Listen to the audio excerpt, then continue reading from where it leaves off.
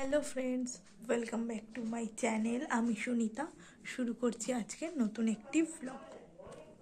আর আজকে আমি বেরোবো এখন। আর ঘড়িতে টাইম হচ্ছে 2:30। এই যে ঘড়িতে টাইম হচ্ছে 2:30। সরি, আলোর জন্য হয়তো দেখতে পাওয়া যাচ্ছে না। আর রেডি হব, রেডি হয়ে বেরোবো। আর আমার আজকের আউটফিট হচ্ছে এই শাড়িটা। আমি শাড়ি পরে বেরোবো। আর আমি 1 ঘন্টার মধ্যে রেডি হওয়ার চেষ্টা করব, রেডি হয়ে বেরোবো।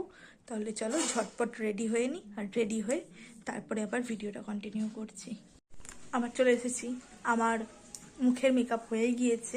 জাস্ট একটা লাইট মেকআপ করেছি, এমন কিছু মেকআপ করিনি, কারণ এই দুপুরবেলা 3টের সময় বেশি মেকআপ করে বেরোনো যাবে না। আর আমি এমন কোনো বিয়ে বাড়ি যাচ্ছি না যে বিরাট কিছু মেকআপ করে যেতে হবে। তো সেই কারণে আমি একটা লাইট মেকআপ করেছি। আর কেমন লাগছে তোমরা আমাকে জানিও কমেন্ট করে। আর চলো এবার শাড়িটা পরে তারপর ভিডিওটা কন্টিনিউ করছি।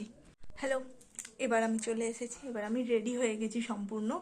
এই হচ্ছে আমার টোটাল আউটফিটটা আজকে। এই যে দেখে বলো কেমন লাগছে। আর এই যে হালকা মেকআপে আমি এই পিঙ্ক শাড়িটা পরেছি, আর এই পার্লের সেটটা পরেছি আজকে, এই পার্লের কানেরটার সাথে। এটা সেট পুরো একটা। আর কেমন লাগছে তোমরা কমেন্ট করে জানিও। আর আমি আর 10-15 মিনিট পরে বেরোবো। আর যেটুকু ফিনিশিং করার থাকে, গোছানোর থাকে, সেটা গুছিয়ে নিয়েই আমি বেরোবো। তাহলে চলো, এই হচ্ছে আজকের আমার আউটফিট। তাহলে চলো ভিডিওটা কন্টিনিউ হচ্ছে। এবার আমি বেরোবো। আর সামনের এই জলের বোতলটা দেখে কিছু মনে করো না, এটা আর কি গাছে দেওয়ার জন্য বোতলটা এখানে রাখা থাকে, গাছে জল দেওয়ার জন্য।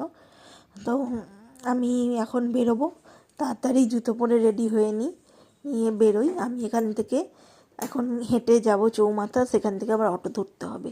আর এখন দুপুরবেলা মানে অটো পাওয়াটা একটু চাপের হয়ে যাচ্ছে, কারণ এই সময় সকলের টিফিন টাইম থাকে। তো মানে অটো একটু লোক কমও থাকে যদিও, তো সেই কারণে অটো পাবো কত তাড়াতাড়ি সেটাও দেখতে হয়।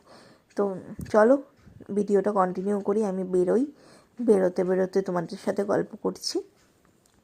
আজকে বেশি দেরি করব না, মানে তাড়াতাড়ি যাব। এখন বেরোচ্ছি, কখন পৌঁছবো সেটাই হচ্ছে বড় কথা। কারণ এখান থেকে আমি তো যাচ্ছি, ওখান থেকে আমার মা, বাপি আর দাদা আসবে, তাদের সাথে আমি এক জায়গায় যাব। কিন্তু কোথায় যাচ্ছি সেটা এখন আমি বলতে পারছি না, ওটা একটুখানি কনফিডেন্সিয়াল থাকবে। তো যখন বলার তখন তোমরা নিশ্চয়ই জানতে পারবে প্রত্যেকে। আর চলো আমি এখন তাড়াতাড়ি গেটে তালা দিয়ে বেরোই। তালা দিয়ে এখন হেঁটে যাব এবং সোনাইকে ফোন করব। চলো বেরোনো যাক, চাবিটা ব্যাগে পুরে নিয়ে তাড়াতাড়ি বেরোই। আমি না এই 2 নম্বরের রাস্তাটা দিয়ে বেশিরভাগ যাই, কেননা 3 নম্বর দিয়ে ঘুরে যাওয়ার থেকে আমার যেন মনে হয় 2 নম্বর দিয়ে বেরিয়ে গেলেই না খুব তাড়াতাড়ি হয়। আর মনে হচ্ছে শুভাঙ্গনে একটা জন্মদিন রয়েছে। হ্যাঁ, এখানে একটা অনুষ্ঠান বাড়ি রয়েছে, এটা ভাড়া দেওয়া হয়। আর মধ্যমগ্রামে যারা থাকো তাদের যদি কাছাকাছি হয় তাহলে যোগাযোগ করতেই পারো। এখানে এই গেটটা করেছে বেলুন দেখেই মনে হচ্ছে। চলো আমি এখন অটোতে উঠে পড়েছি, আর এই অটো থেকে আমি যাব এখন সত্যি। তো সেখানে সোনাই তো রয়েছে, আর আমি চলে এসেছি, ওয়েট করছি এখন সোনাইয়ের জন্য যে ও কখন আসবে।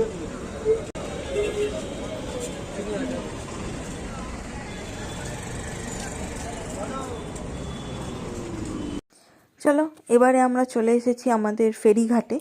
এবার আমি ঘাট পার হয়ে হুগলি পৌঁছাবো, মানে হুগলি ডিস্ট্রিক্টে। তো আমি এখন তো আছি নর্থ 24 পরগনা, এটা পানিহাটি গঙ্গার ঘাট। আর সামনে শিব ঠাকুরটা কি সুন্দর লাগছিল না দেখতে। চলো আমাদের লঞ্চ রয়েছে, লঞ্চটা ছেড়ে দেবে, তাড়াতাড়ি ও টিকিট কাটুক, আমি ততক্ষণ এগিয়ে যাই। এখানে টিকিটের চার্ট রয়েছে। চলো তাহলে আমি সামনে যাই, ওইখানে একটা লঞ্চ রয়েছে। এই দুপুরবেলা পড়ন্ত রোদটা কি সুন্দর লাগছে, কিন্তু বেশ চড়া। মানে এখন ফেব্রুয়ারি মাস, অথচ এত চড়া রোদ যে পুরো গ্রীষ্মকালের মতন।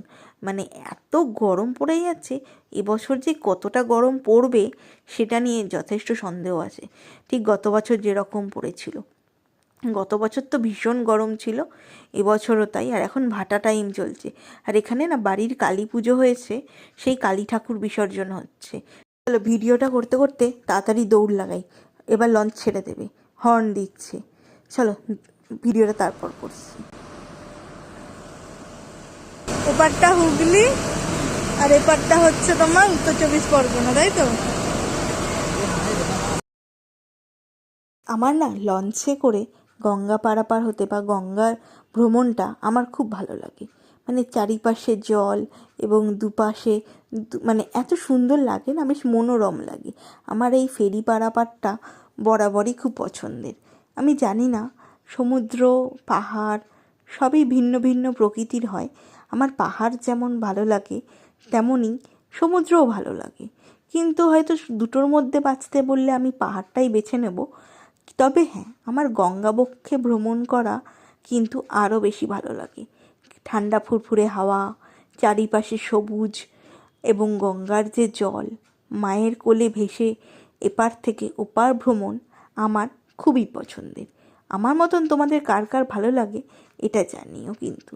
আর সূর্যটা দেখেছো, পুরো ঝকমক করছে। সূর্যের এই আভাটা গঙ্গার বুকে আরও বেশি সুন্দর করে তুলেছে। কত পানা ফুল, হ্যাঁ, কত কচুরি পানা গাছ গঙ্গায়। এখন ভাটা চলছে না, তাই সব এরকম ভেসে উঠেছে। আবার যখন জোয়ার আসবে সব পাড়ে গিয়ে জমা হবে, সব ভেসে পাড়ে চলে যাবে। যেহেতু ভাটা নামছে সেই কারণে এত পানা ফুল, এত কচুরি পানা ভরে রয়েছে গঙ্গার বুকটা। হ্যাঁ, তবে হ্যাঁ, চলো তাড়াতাড়ি পৌঁছে গেছি। আর সঙ্গে সঙ্গে যেহেতু লঞ্চ পেয়ে গেছিলাম, তাই কোন্নগর ফেরিঘাট পার হতে আমাদের বেশি সময় লাগেনি। একটু লঞ্চের ফটো টটো তুলে নিলাম। চলো এবার ভিড়ে লঞ্চ থেকে তাড়াতাড়ি নামা যাক। আমরা তো এসে গেছি, আবার টোটো করে স্টেশন যেতে হবে। এখন অনেকটা দূর পথ পাড়ি দেব। প্রায় এখন 4:05 মতন বাজে। 4টে তো কখন বেজে গিয়েছে আমার সোদপুর আসার আগে। এখন 5টা মতন বাজে ঘড়িতে। চলো এগোনো যাক, আর ভিডিওটা কন্টিনিউ করছি, তোমরা সঙ্গে থাকো। আসলে আজকে হঠাৎই একটা কাজ পড়ে গিয়েছে, সেই কারণেই আমাকে একাই সোদপুর আসতে হলো এবং ওকে নিয়ে কোন্নগর। একটুখানি ফ্যামিলির দরকারে কখনো কখনো তো ছুটে আসতেই হয়, তো সেই রকমই একটা কাজ পড়ে গিয়েছে। আর আজকেই আমি বাড়িও ফিরবো। আমার তো মনে হচ্ছে এখান থেকে চন্দননগর চলে যাই এবং চন্দননগরে গিয়ে থাকি, কিন্তু সেটা তো করা যাবে না। আর নিচেটা দেখো কত পলি মাটিতে ভরে গেছে কাদায়। এখানে সব সরস্বতী ঠাকুর বিসর্জন করে গিয়েছে, এই ঘাটেও বিসর্জন হয়। আর সব দেখো পুরো কাদা, এত কাদা যে কি বলবো। আর আমরা এখন ট্রেনও পেয়ে গেছি সঙ্গে সঙ্গে, তাই দেরি না করে এই ট্রেনটাই ধরেছি। এটা গেদে লোকাল।